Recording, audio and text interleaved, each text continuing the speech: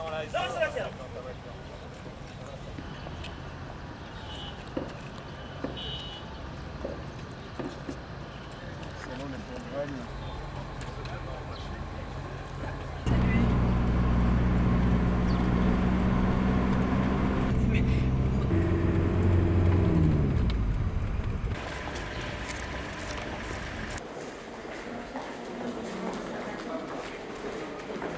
Bien? Ouais. Ça va. Toujours aussi élégant. Ah, mais comme toujours toi, plus jeune. comme toi. Ah oui. Moi, je suis certain.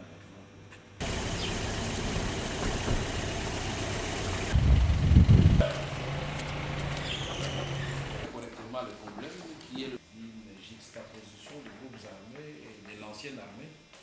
Donc, compte tenu de cette situation, vous devriez...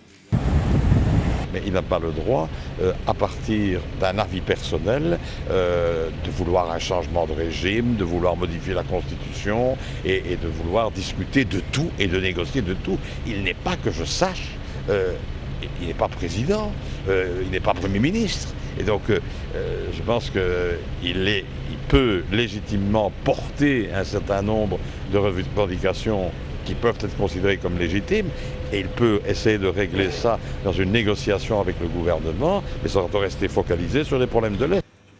Moi, par exemple, je suis favorable à des troupes européennes. Il faut d'abord mettre d'accord les Européens entre eux, pour ceux qui veulent envoyer, d'autres qui ne veulent pas, parce que les analyses sont un peu différentes.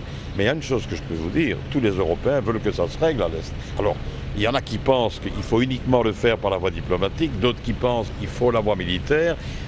Je pense que la vérité est sans doute entre les deux. Il faut mettre tout le paquet sur la voie diplomatique et peut-être stabiliser un éventuel accord par une force militaire de stabilisation pour protéger les populations.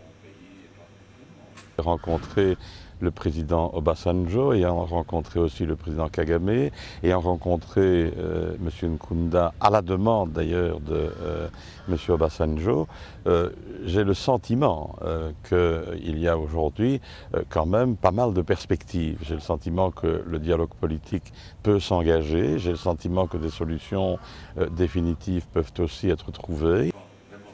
J'ai de très bons contacts avec tous les protagonistes. J'ai fait passer un message extrêmement clair à M. Nkunda en lui disant « Ce que vous demandez comme matière à négocier n'est pas raisonnable ». Puisqu'il demande, il parle d'un changement de régime, il parle de modification constitutionnelle, il veut parler de tous les problèmes du Congo. Un certain nombre d'analyses ont évolué dans un certain nombre d'esprits qui font qu'aujourd'hui, il y a une véritable prise de conscience que la stabilité régionale passe par des relations de bon voisinage.